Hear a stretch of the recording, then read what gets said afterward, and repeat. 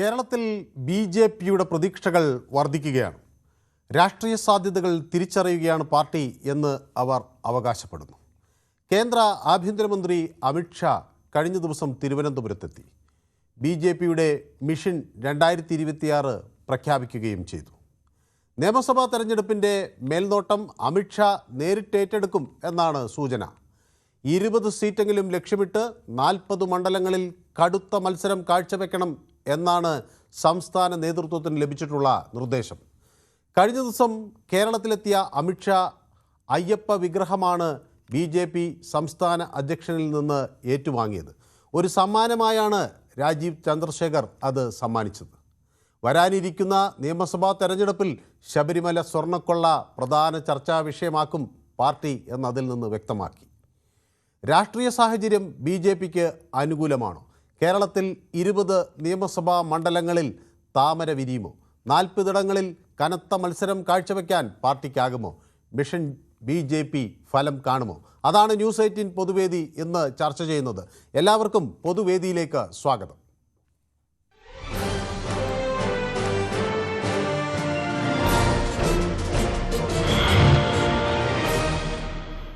Yes, നമ്മുടെ ആദ്യ collar മഹിയാണ് കിള്ളിപ്പാലത്ത് നിന്ന്. ശ്രീ മഹി, ഹലോ സാർ, നമസ്കാരം.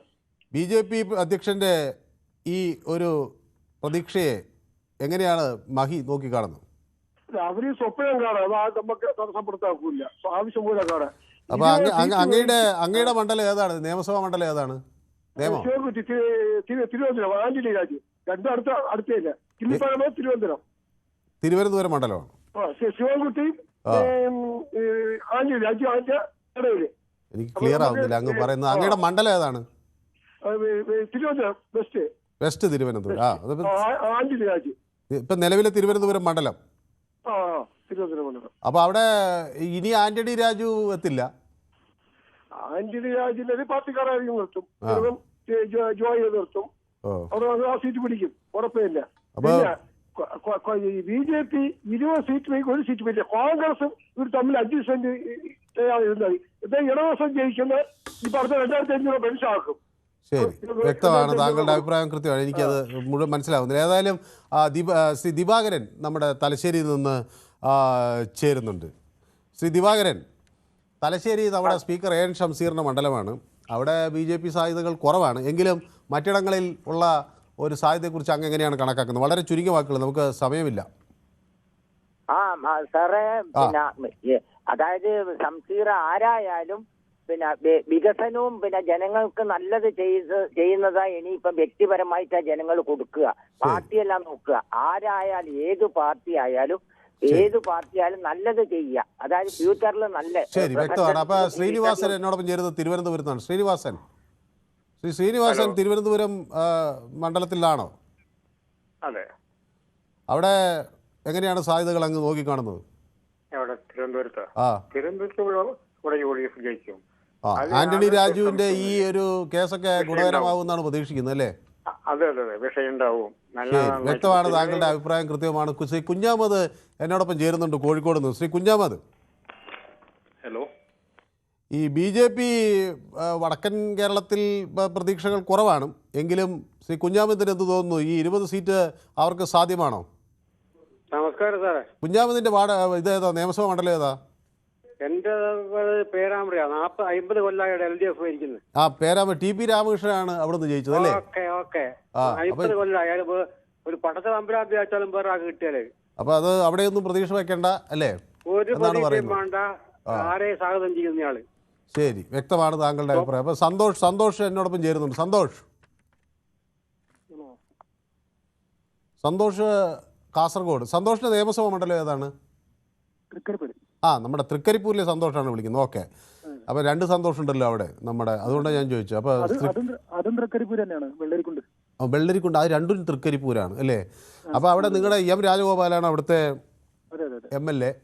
പക്ഷേ വേറെ ഇവിടെ കാസർഗോഡ് സാധ്യതയില്ല. പിന്നെ ബി.ജെ.പിക്ക് മഞ്ചേശ്വരത്ത് സാധ്യതയുണ്ടോ ശ്രീ സന്തോഷ്?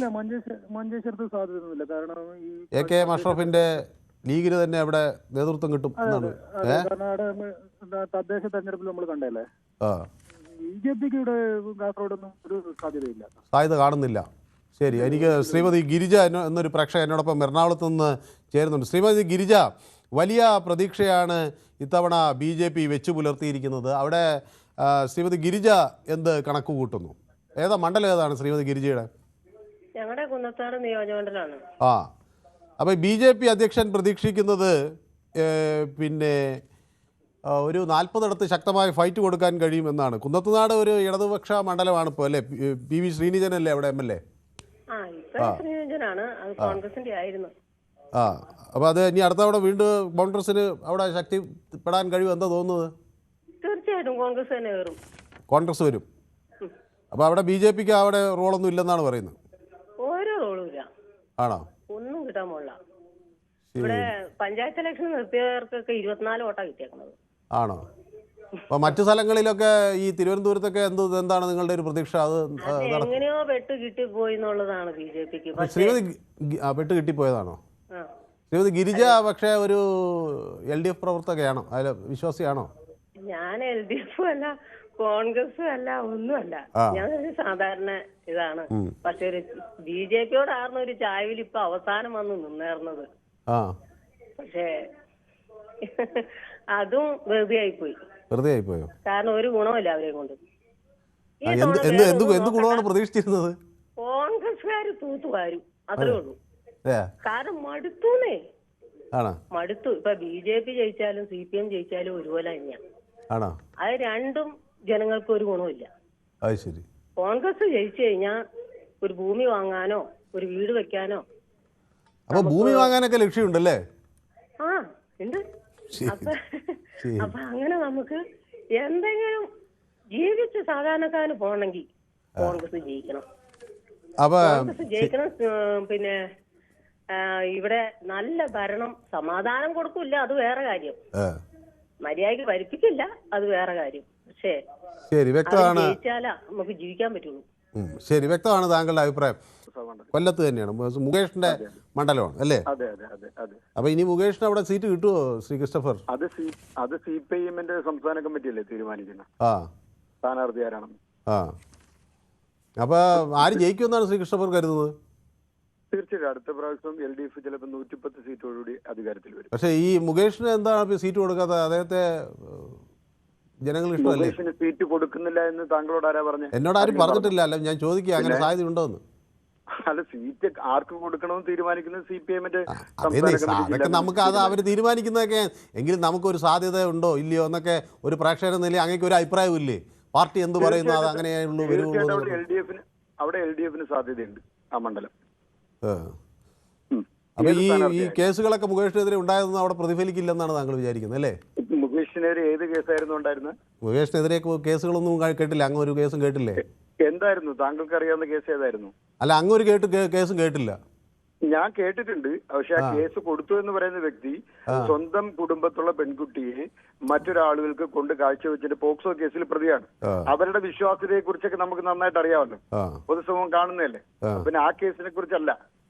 അപ്പൊ അങ്ങ് ഈ പാർട്ടിക്കകത്തൊന്നും ഇദ്ദേഹത്തിനെതിരെ ഒരു ഇതൊക്കെ ഉണ്ടെന്ന് പറയുന്ന ഒരു വിമർശനവും അതൃപ്തി ഉണ്ടെന്നൊക്കെ പറയുന്നൊക്കെ വെറും കള്ളത്തരമാണ്. അങ്ങനെയൊന്നും ഇല്ലല്ലേ? ഞാൻ പാർട്ടി മെമ്പറാ. പാർട്ടിക്കകത്ത് അങ്ങനെ അദ്ദേഹത്തിനെതിരെ വിമർശനമൊന്നുമില്ല. അദ്ദേഹം നന്നായി പൂർണ്ണ യോജിപ്പാണ്. പാർട്ടി അദ്ദേഹത്തെ അങ്ങേയറ്റം പ്രാധാന്യത്തോടു കൂടി അംഗീകരിക്കുകയാണ് അവിടെ MLA എന്ന നിലയിൽ അല്ലേ? തീർച്ചയായിട്ടും അദ്ദേഹം അത്രമാത്രം വികസന പ്രവർത്തനങ്ങൾ കൊല്ലം മണ്ഡലത്തിൽ ചെയ്തിട്ടുണ്ട്. ശരി, ഓക്കെ. പിന്നെ BJP നിങ്ങളുടെ ഇന്നത്തെ ചോദ്യം 40 സീറ്റിന്റെ കാര്യം, കഴിഞ്ഞ പതിറ്റാണ്ടുകളായി കേരളത്തിലെ മാധ്യമങ്ങള് ഒരു മൂന്നാം മുന്നണി ഇപ്പൊ വരും നാളെ വരും എന്നൊക്കെ പറഞ്ഞ് BJP ബൂസ്റ്റ് ചെയ്തുകൊണ്ട് നടക്കുന്നുണ്ട്. മുമ്പ് നേമത്തൊരു സീറ്റ് കിട്ടി കഴിഞ്ഞപ്പോ അടുത്ത പ്രാവശ്യം ഭരണം പിടിക്കുമെന്ന് പറഞ്ഞു. ഇപ്പോ അതും പോയി. ഒന്നുമില്ലാത്ത അവസ്ഥയിൽ ഇങ്ങനെ മാജിഷ്യനെ പോലെ പറയാം ഞങ്ങൾ 40 സീറ്റ് പിടിക്കുമെന്നൊക്കെ. ഒരു സീറ്റ് പോലും കിട്ടത്തില്ല കേരളത്തിൽ. കേരളത്തില് ഒരു സീറ്റും കിട്ടാതിരിക്കുന്നതിന് പ്രധാന കാരണം ഇന്ത്യക്കകത്ത് കേരളത്തിന് പുറത്തുള്ള സംസ്ഥാനങ്ങളിൽ നടക്കുന്ന ന്യൂനപക്ഷ വേട്ട, സംഘപരിവാറിന്റെ നേതൃത്വത്തിൽ BJP ഗവൺമെന്റ് നേതൃത്വത്തിൽ നടക്കുന്ന ന്യൂനപക്ഷ വേട്ടയെക്കുറിച്ച് ഈ നാട്ടിലുള്ള ന്യൂനപക്ഷ വിഭാഗങ്ങൾക്ക് നല്ല ധാരണയുണ്ട്. അതോടൊപ്പം തന്നെ ഹിന്ദു സമുദായത്തിൽപ്പെട്ട കേരളത്തിനകത്ത് ജനിക്കുന്ന മതേതര സ്വഭാവമുള്ള ജനങ്ങൾ നന്നായി ജീവിക്കണം, വലിയ സംഘർഷമില്ലാതെ ജീവിക്കണം എന്ന് ആഗ്രഹിക്കുന്ന ഹിന്ദുക്കൾ പോലും BJP. ഇവരുടെ ഈ പാർലമെന്റിലൊക്കെ ഈ വോട്ട് ഇങ്ങനെ വർദ്ധിച്ചത് എന്തുകൊണ്ടായിരിക്കും? അപ്പൊ ശ്രീ അതൊക്കെ എന്താണെന്ന് ഇപ്പൊ തൃശ്ശൂർ ജയിച്ച് എങ്ങനെയാണെന്നൊക്കെ അറിയത്തില്ലേ? എങ്ങനെയാ വോട്ട് ഒരു വർദ്ധിക്കുന്നത്? മണ്ഡലത്തിൽ തന്നെ എല്ലായിടത്തും ഒരു വോട്ട് പാർലമെന്റ് വർദ്ധിക്കുകയാണ്. ആറ്റിങ്ങലിൽ മണ്ഡലത്തിൽ വോട്ട് 1,70,70,000 കള്ള വോട്ട് ചേർത്ത കാര്യമൊക്കെ അറിയത്തില്ല. ഇനിയിപ്പോ വരുമ്പോഴത്തേക്കും മാറിപ്പോ SIR വന്നത് BJP സംബന്ധിച്ച് വലിയ കുഴപ്പങ്ങൾ ഉണ്ടാക്കി ഇവിടെ. ഇപ്പൊ 19% നിന്ന് 15% ത്രിതല പഞ്ചായത്തിൽ തന്നെ താഴേക്ക് വന്നിട്ടുണ്ട്. പിന്നെ ഏത് അളവ് പോലും വെച്ചിട്ടാണ് 40 സീറ്റ് കിട്ടുമെന്നൊക്കെ പറയുന്നതെന്ന് അറിയത്തില്ല.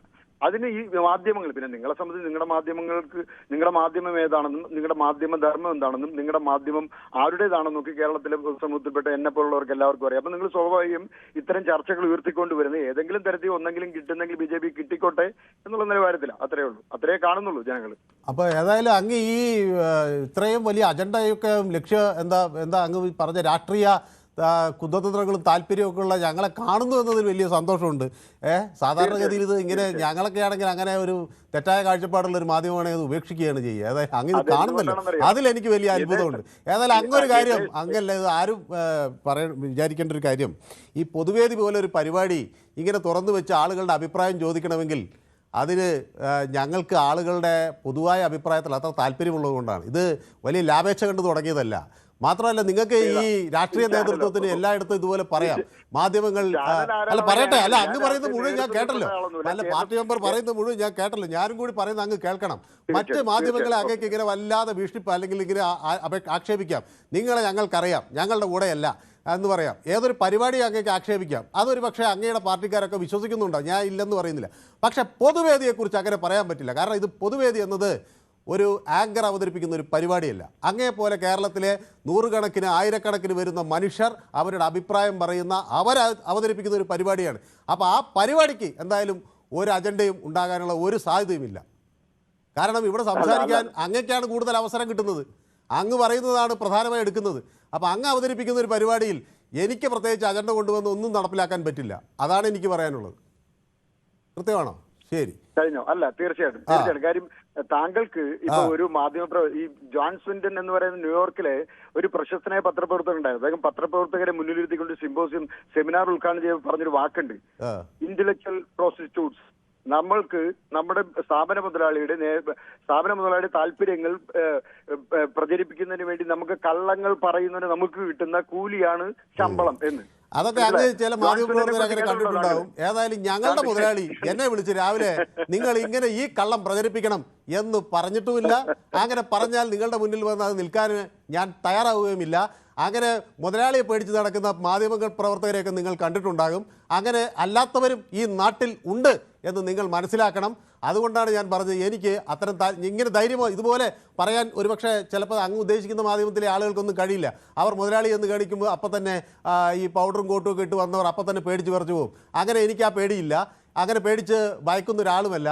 അങ്ങനെ വന്നാൽ എനിക്ക് ഉള്ള ഏറ്റവും വലിയ ധൈര്യം, 75 വയസ്സായ എൻ്റെ അമ്മ എന്നോട് എപ്പോഴും പറയാറുണ്ട്, എന്തെങ്കിലും മതിയായി വരണമെന്ന് തോന്നിയാൽ ഇങ്ങോട്ടേക്ക് വന്നേക്കൂ, നിന്നെ ഞാൻ നോക്കിക്കോളാമെന്ന്. ഇപ്പോഴും സ്വന്തമായി അധ്വാനിച്ച് ജീവിക്കുന്നയാളാണ്. അപ്പോൾ അതുപോലെ എൻ്റെ കുടുംബത്തിലെ ഭാര്യയായാലും ഒക്കെ സ്വന്തമായി അവർ സ്വയം കാലിൽ നിൽക്കുന്നവരാണ്. ഏതെങ്കിലും ഒരു ഘട്ടത്തിൽ പതറി വീഴുമെന്ന് തോന്നിയാൽ സഹായിക്കാൻ കെൽപ്പുള്ളവരാണ്. അതുകൊണ്ട് എന്നിത് പറ്റില്ല എന്ന് തോന്നുമ്പോൾ അന്ന് ഈ കുപ്പായം അഴിച്ചു വെച്ച് ധൈര്യത്തോടെ പോകാൻ പറ്റും. ഒരു മുതലാളിയും വിളിച്ച് ഇങ്ങോട്ട് പറയാറില്ല. അതുകൊണ്ടാണ് അങ്ങേപ്പോലുള്ള ഒരാൾക്ക് ഇത്രയും സമയം ഞങ്ങളുടെ ചാനലിനെ വിമർശിക്കാൻ ഇതുപോലെ മറ്റൊരു ചാനലിന് അങ്ങേ കഴിയുമെന്ന് എനിക്കറിയില്ല ഞാനിത് തരുന്നത്. താങ്കൾ വ്യക്തിപരമായി ഫീൽ ചെയ്യേണ്ട കാര്യമില്ല. വ്യക്തിപരമായി ഫീൽ ചെയ്യും. കാരണം അങ്ങ് പറഞ്ഞത് എന്നെയാണ്. അങ്ങയുടെ പാർട്ടിയെ പറഞ്ഞപ്പോൾ പൊള്ളിയല്ലോ, അതേപോലെ അങ്ങ് എന്നെ പറയുമ്പോൾ ഞാനല്ലേ പ്രതിരോധിക്കേണ്ടത്? അങ്ങ് പറഞ്ഞെന്താണ് ഞാൻ ഏതെങ്കിലും ആളുകളുടെ ഈ കളവ് പറയാനായിട്ട് ശമ്പളം വാങ്ങിക്കുന്ന ആളാണെന്നോ? അങ്ങനെ കളവ് പറയാനായിട്ട് ശമ്പളം വാങ്ങിച്ച് ഈ പണി ചെയ്യേണ്ട കാര്യം എനിക്കില്ല. എനിക്ക് ഇതിനേക്കാൾ ശമ്പളം കിട്ടുന്ന എത്രയോ പണികളുണ്ട്. അപ്പൊ ഇത് അങ്ങ് വിചാരിക്കുന്ന അത്ര വലിയ ശമ്പളമൊന്നും എനിക്ക് കിട്ടുന്നുണ്ടാവില്ല. പക്ഷെ അത് കളവ് പറഞ്ഞ് കിട്ടുന്നതല്ല. അത് എന്റെ ഉത്തമ ബോധ്യത്തിൽ നിന്നും എന്റെ താല്പര്യത്തിൽ നിന്നും ഉണ്ടാകുന്നതാണ്. അങ്ങ് ഇത് പൊതുവായി മറ്റു ചാനലുകളിലും അല്ല ഞാൻ പറയട്ടെ, അങ്ങും കൂടി കേൾക്ക്. അങ്ങ് ഇത് പൊതുവായി അല്ല അത് കേൾക്കട്ടെ. അങ്ങ് ക്ഷുഭിതനാവണ്ട. ഇപ്പൊ അങ്ങ് ക്ഷുഭിതനായല്ലോ, അങ്ങിപ്പോ ക്ഷുഭിതനായല്ലോ. അങ്ങിതില് അങ്ങനെ വല്ലാതെ ക്ഷുഭിതനാകണ്ട. അങ്ങും കൂടി കേൾക്കട്ടെ. ദേവിയെ താങ്കൾ വ്യക്തിപരമായി എടുക്കേണ്ടതില്ല. അല്ല, ഞാൻ വ്യക്തിപരമായി എടുക്കും. അങ്ങ് എന്നെ വ്യക്തിപരമായിട്ടാണ് പറഞ്ഞത്. അല്ലല്ല, തീർച്ചയായിട്ടും അല്ല, തീർച്ചയായും അല്ല. എന്നെ അങ്ങ് വ്യക്തിപരമായിട്ടാണ് പറഞ്ഞത്. കാണേണ്ടതില്ല. അല്ല, അങ്ങ് പറഞ്ഞെന്താണ് ഞാൻ ഇതുപോലെ ഒരു ചർച്ച നടത്തിക്കൊണ്ടുവരുന്നത് കേരളത്തിൽ BJP ഉണ്ടാക്കാൻ അങ്ങേക്ക് അറിയാമോ? കേരളത്തിൽ അല്ല, അങ്ങിത് ഞാൻ പറയുന്നത് കൂടി ഒന്ന് കേൾക്ക്. അല്ല, അങ്ങ് ഞാൻ തെറ്റിദ്ധാരണ അങ്ങേക്ക് മാത്രമല്ലല്ലോ. ഒരു മിനിറ്റ് ഇത് അങ്ങ് എന്നെ സംസാരിക്കാൻ അനുവദിക്കാത്ത ഞാൻ അങ്ങേക്ക് സമയം തരാം. ഈ പരിപാടി തീരുന്നത് വരെ സമയം തരാം. അങ്ങ് ഇതൊന്ന് കേൾക്ക്. അങ്ങ് ഒരു കാര്യം മനസ്സിലാക്കണം. ഈ BJP ഇല്ലാത്ത സ്ഥലത്തും ഈ ന്യൂസ് 18 ഉണ്ട്, ഈ CPM ഇല്ലാത്ത സ്ഥലത്തും ഈ ന്യൂസ് 18 ഉണ്ട്, ഈ കോൺഗ്രസ് ഇല്ലാത്ത സംസ്ഥാനത്തും ന്യൂസ് 18 ഉണ്ട്. അപ്പം ഞങ്ങൾക്ക് എല്ലായിടത്തും രാജ്യവ്യാപകമായി ഒരു നിലപാടേ ഉള്ളൂ എന്നാണ് ഞാൻ വിശ്വസിക്കുന്നത്. ഏതായാലും ഒരു മുതലാളിയും എന്നെ വിളിച്ചിട്ട് മനു ഇങ്ങനെ ഒരു കളവ് അങ്ങ് പ്രചരിപ്പിച്ചേക്കണം എന്ന് പറയാറുമില്ല. അങ്ങനെ പറഞ്ഞാൽ അത് ഞാനിത് തുറന്നു പറയാണ്, പറ്റില്ല, നടക്കില്ല. പൊതുവേദിയിൽ പ്രത്യേകിച്ച് പറ്റില്ല. കാരണം പൊതുവേദി എന്നത് ഇത് വ്യത്യസ്തരായ മനുഷ്യരെ അവതരിപ്പിക്കുന്ന ഒരു പൊതുപരിപാടിയാണ്. അവിടെ ഒരു ആങ്കർക്ക് കള്ളത്തരം പറയാനാവില്ല. അവിടെ സാധാരണക്കാരായ ആളുകൾക്ക് വന്ന് അവരുടെ അഭിപ്രായങ്ങൾ പറയാനാകും. അതുകൊണ്ട് തന്നെ അതാണ് ജനം കേൾക്കുന്നത്. ഓക്കെ, ഇനി അങ്ങേക്ക് എന്തെങ്കിലും പറയാനുണ്ടോ? തീർച്ചയായിട്ടും താങ്കൾ ദയവ് ചെയ്ത് താങ്കൾ വ്യക്തിപരമായി ആണ് ഞാൻ പറഞ്ഞതെന്ന് കരുതുന്നത്. അത് അങ്ങനെ താങ്കൾ പറഞ്ഞു, ഞാൻ കേട്ടുകൊണ്ടിരിക്കുകയായിരുന്നു. ദയവ് ചെയ്ത് അപ്പൊ താങ്കൾ അങ്ങനെ കരുതേണ്ടത് ഒരിക്കലും വ്യക്തിപരമായല്ല. കാരണം താങ്കളുടെ ഈ ചാനൽ ഏതാണെന്നും ചാനല് ആരുടേതാണെന്നും എനിക്ക് നല്ല ബോധ്യമുള്ളതുകൊണ്ട് ആ ചാനല് വലിയ വ്യവസായങ്ങൾ നടത്തുന്ന ആളുകൾ എന്തിനാണ് മാധ്യമങ്ങൾ. ഞാൻ അങ്ങയോട് ചോദിക്കട്ടെ, വളരെ ദരിദ്രനായ ഒരു മനുഷ്യൻ നടത്തുന്ന ചാനലിന്റെ പേര് അങ്ങേക്ക് പറയാമോ? വളരെ ദരിദ്രനായ ഒരു മനുഷ്യൻ നടത്തുന്ന ചാനൽ അങ്ങേക്ക് പറയാമോ? അപ്പൊ എല്ലാ ചാനലുകളിലും ചിലപ്പോൾ സമ്പന്നർ തന്നെയല്ലേ നടത്തുന്നത്. ഇതെന്തോ വലിയ പണക്കാരൻ നടത്തുന്ന ഏക ചാനൽ എന്ന അർത്ഥത്തിലാണ് അങ്ങ് പറയുന്നത്. ഏറ്റവും വലിയ ദരിദ്രനായി പിച്ചക്കാശിന് വകയില്ലാത്ത ഒരു മനുഷ്യൻ നടത്തുന്ന ചാനലിന്റെ പേര് അങ്ങേക്ക് പറയാമോ? താങ്കളോട് പറഞ്ഞുതരാമെന്ന് ഞാൻ താങ്കളോട് പറയാം. പറഞ്ഞോ, കേൾക്കാൻ ഞാൻ തയ്യാറാണ്. ഇവിടെ ഈ പറയുന്ന BJP സർക്കാരിന് സംഘപരിവാറിനെതിരെ സംസാരിക്കുന്ന എത്രയോ ചാനലുകളെ റെയ്ഡ് നടത്തി അവരെ വശംബദ്ധരാക്കി ചാനൽ മുതലാളിമാർക്ക് വിറ്റിട്ടുണ്ട്. NDTV ഉൾപ്പെടെ ചാനലുകൾ. ഈ നാട്ടിൽ നിങ്ങൾ ഈ പറയുന്ന ഇവിടുത്തെ ഇന്ന് ഈ രാജ്യത്തെ സത്യാവസ്ഥ മനസ്സിലാക്കുന്ന ചില സാധനങ്ങൾ ഓൺലൈൻ ദി വയർ കേട്ടിട്ടുണ്ടോ താങ്കൾ? ദി വയർ എന്ന് കേട്ടിട്ടുണ്ടോ നിങ്ങൾ? അല്ല, എനിക്ക് വയറിലെ എത്രയോ സുഹൃത്തുക്കൾ ജോലി എടുക്കുന്നുണ്ട്. ഞാൻ അങ്ങ് എന്നെ കുറിച്ച് വയറിനെ കുറിച്ച് പറഞ്ഞപ്പോൾ ഞാൻ ചിലപ്പോൾ അറിയാത്ത സ്ഥാപന മാധ്യമങ്ങൾ ഉണ്ടാവും. ഞാൻ പറയാം, അതൊക്കെ ഒരു ഘട്ടത്തിൽ ഉണ്ടാകും. ഇതിനേക്കാളൊക്കെ വലിയ അടിയന്തരാവസ്ഥ കാലഘട്ടത്തിൽ മാധ്യമങ്ങൾ ഉണ്ടായിട്ടില്ലേ? അങ്ങയുടെ പാർട്ടി ഉൾപ്പെടെ, എനിക്ക് ഞാനും കൂടി പറയട്ടെ, അങ്ങയുടെ പാർട്ടി ഉൾപ്പെടെ ഇപ്പോ ഇന്ത്യ മുന്നണി എന്ന് പറഞ്ഞ് രൂപീകരിക്കുന്ന ഈ കോൺഗ്രസ് ഭരിക്കുന്ന കാലഘട്ടത്തിൽ ഇവിടെ ഇതേപോലെ ഉണ്ടായിട്ടില്ലേ? അടിയന്തരാവസ്ഥ ഉണ്ടായിട്ടില്ലേ? പത്രങ്ങൾ ഉണ്ടായിട്ടില്ലേ? അന്ന് പത്രങ്ങളെ അടച്ചുപൂട്ടിയിട്ടില്ലേ? ബ്രിട്ടീഷ് ചക്രവർത്തി ഉൾപ്പെടെയുള്ള ഞങ്ങളുടെ നേതാക്കൾ ജയിലിൽ പോയി നേടിയെടുത്ത ഒരു സ്വാതന്ത്ര്യമാണ് പിന്നീട് ഞങ്ങൾ ഈ രാജ്യത്ത് ഉയർത്തിപ്പിടിച്ചത്. അത് അങ്ങേക്ക് ഓർമ്മയുണ്ടോ? കോൺഗ്രസിന്റെ ഭരണകാലത്താണ്. ആ കോൺഗ്രസ് തിരിച്ചു വരുന്നതല്ലേ CPM ഉൾപ്പെടെയുള്ള സംഘടനകൾ ഇപ്പൊ പറയുന്നത്? അല്ലേ, ഇന്ത്യ മുന്നണി എന്ന് പറഞ്ഞാൽ അതല്ലേ പറയുന്നത്? അപ്പൊ ആ കാലഘട്ടത്തിൽ ഈ കാലഘട്ടത്തിൽ ഏത് കാലഘട്ടത്തിലും ഇതിന് നടന്നാൽ ഇതിനെതിരെ അത് അങ്ങും കൂടി കേൾക്കാൻ. അല്ല, ഇത് ഇതാണ് അങ്ങയുടെ നയം. അങ്ങ് പറയുന്നത് പറഞ്ഞു കഴിഞ്ഞാൽ ഞാൻ പറയുന്നത് മറുപടി പറയാൻ സമ്മതിക്കാത്തത്. അപ്പൊ ഇത് ഏത് കാലഘട്ടത്തിലായിക്കോട്ടെ ഇതുപോലുള്ള തൊഴിലാളികൾക്കെതിരെ, അവിടുത്തെ പ്രവർത്തകർക്കെതിരെ ഇത്തരം കരിനിയമങ്ങൾ വരുന്ന ഘട്ടങ്ങളിലെല്ലാം ഞങ്ങൾ ജയിലിലടക്കം പോയിട്ടുണ്ട്. ഞങ്ങളുടെ ബ്രിട്ടീഷ് ചക്രവർത്തി ഉൾപ്പെടെയുള്ള നേതാക്കൾ വലിയ തോതിലുള്ള പ്രക്ഷോഭം നയിച്ചാണ് ഈ രാജ്യത്ത് സംസാരിക്കാനുള്ള അധികാരം ഞങ്ങൾ നേടിയെടുത്തത്. അത് നിങ്ങൾ ഉയർത്തിപ്പിടിക്കും. നിങ്ങൾ വലിയ മാനവികതയുടെ വാക്കുകൾ എന്ന് പറയുന്ന രാജ്യങ്ങളുണ്ടല്ലോ, ചൈന ആയിക്കോട്ടെ, റഷ്യ ആയിക്കോട്ടെ, അവിടെയൊക്കെ ഞങ്ങൾ ഇപ്പോഴും പോരാടിക്കൊണ്ടിരിക്കുന്നത് ഈ സംസാരിക്കാനുള്ള സ്വാതന്ത്ര്യത്തിന് വേണ്ടിയാണ്. അപ്പൊ എന്നെ ഏതെങ്കിലും ഒരു കളവ് പ്രചരിപ്പിക്കാനുള്ള ഒരു പൈസ വാങ്ങിക്കുന്ന ആളായിട്ട് ചിത്രീകരിച്ചതുകൊണ്ട് അങ്ങേക്കൊന്നും നേടാനില്ല. അത് അങ്ങ് ഉപയോഗിക്കുന്ന ആ തന്ത്രം പൊതുവേദിയിൽ ചെലവാകില്ല എന്ന് പറയാനാണ് ഞാൻ ഇത്രയും സമയം ചെലവഴിച്ചത്. അങ്ങേക്കത് വേണമെങ്കിൽ ഒരു ചാനലിനെ, ഏത് ചാനലിനെ ആക്ഷേപിക്കാം. അങ്ങയുടെ അല്ല കേൾക്കുന്നത്, ഇത് കേൾക്കാൻ ഇത്ര അസഹിഷ്ണുത എന്താ? എപ്പോഴാ ഈ CPM ഇത്ര അസഹിഷ്ണുത വന്നത്? ഞാൻ നിഷ്പക്ഷനല്ലല്ലോ. ഈ അല്ല, ഞാൻ ഏത് പക്ഷത്താ നിന്നാലും അല്ല, ഞാൻ എനിക്കൊരു പക്ഷം ഉണ്ടല്ലോ. ഞാൻ പറയട്ടെ, ഞാൻ പറഞ്ഞോ, എനിക്കൊരു പക്ഷം ഉണ്ടല്ലോ. ആ പക്ഷമാണ് ഞാൻ പറയുന്നത്. എനിക്കൊരു പക്ഷമുണ്ടല്ലോ, ആ പക്ഷത്തെ കുറിച്ച് ഞാൻ പറയുന്നത്. സംഘപരിവാറൊന്നും എനിക്ക് എന്റെ പ്രശ്നമായ വിഷയമല്ല. അങ്ങ് പറയുന്നതല്ല, ഏറ്റുപറയാത്തവരെല്ലാം സംഘപരിവാറുകാരാണെന്ന് തെറ്റിദ്ധരിക്കണ്ട. അങ്ങനത്തെ ഒരു തെറ്റിദ്ധാരണ അങ്ങേക്ക് വേണ്ട. ഇത് എല്ലായിടത്തും, ഇത് കമ്മ്യൂണിസം സ്വാതന്ത്ര്യം നിരോധിക്കുന്നിടത്തും, RSS സ്വാതന്ത്ര്യം നിരോധിക്കുന്നിടത്തും, കോൺഗ്രസ് സ്വാതന്ത്ര്യം നിരോധിക്കുന്നിടത്തും പേന കൊണ്ടുള്ള പോരാട്ടം ലോകമെമ്പാടും മാധ്യമപ്രവർത്തകർ നടത്തിക്കൊണ്ടിരിക്കുകയാണ്. അതാണ് അത്തരത്തിലുള്ള ഒരു വലിയ സംഘടനയുണ്ട്. കൂലി എടുത്ത് നടത്തുന്നവരെ അങ്ങ് കണ്ടിട്ടുണ്ടാവുള്ളൂ. അങ്ങനെയുള്ള ആളുകളെ അങ്ങക്ക് പരിചയമുണ്ടാവും. അങ്ങനെയുള്ള സ്ഥാപനങ്ങൾ ഉണ്ടാവും. അത് അങ്ങനെയൊക്കെ നല്ലോണം അറിയുന്ന ആളുകളായിരിക്കും. പക്ഷെ അങ്ങനെ അല്ലാത്തവരുണ്ട്. എഴുന്നേറ്റ് നിന്ന് ഇതല്ല ഇങ്ങനെയല്ല കാര്യം എന്ന് പറയാൻ കഴിയുന്നവരുണ്ട്. അങ്ങനെ വാങ്ങാതെ നിൽക്കുന്നവരുണ്ട്. അതുകൊണ്ടാണ് അങ്ങനെയുള്ളവരുള്ളത് കൊണ്ടാണ് ഇന്നും ഞങ്ങളെയൊക്കെ കാണാൻ അങ്ങേ പോലുള്ളവർ ഈ സമയം കഴിച്ച് TV ഓൺ ചെയ്യുന്നത്. അതും കൂടി അങ്ങ് മനസ്സിലാക്കണം. പറയാൻ കഴിയില്ല. സംഘപരിവാർ വിരുദ്ധമായി താങ്കൾക്ക് ഒരു വാർത്തയും പറയാൻ കഴിയില്ല. സംഘപരിവാർ എന്തെങ്കിലും ഒരു കാര്യം ചെയ്തെങ്കിൽ അത് പറയാൻ എനിക്ക് ഒരു മടിയുമില്ല. സംഘപരിവാർ എന്തെങ്കിലും ഒരു കാര്യം ചെയ്താൽ അല്ലെങ്കിൽ ഒരു വിരുദ്ധമായ ഒരു കാര്യം പറയേണ്ടത് പറയാൻ എനിക്ക് ഒരു മടിയില്ല. അവർക്ക് വേണ്ടി മണ്ണൊരുക്കലാണ്. പിന്നെ ഇത് അങ്ങ് പൊതുവേദി ആദ്യമായിട്ട് കാണുകയാണോ? ഇതിന് ബാക്കിയുള്ള ആളുകൾ അത് അപ്പുറത്തുണ്ട്. മറ്റുള്ളവരുടെ അഭിപ്രായം ഇതാണോ എന്ന് കൂടി നമുക്കൊന്ന് ആരായാം. അങ്ങനെ ലൈനിൽ നിൽക്കും. ഞാൻ ഡേവിഡ് വിജയ് പള്ളുരുത്തി എന്നോടൊപ്പം ചേരുകയാണ്. ഡേവിഡ് വിജയ് പള്ളുരുത്തി, അങ്ങ് ഈ പൊതുവേദിയുടെ സ്ഥിരം പ്രേക്ഷകനാണല്ലോ. എനിക്ക് ഏതെങ്കിലും ഒരു രാഷ്ട്രീയ പാർട്ടിയോട് തോന്നുന്നുണ്ടോ? ഇല്ല.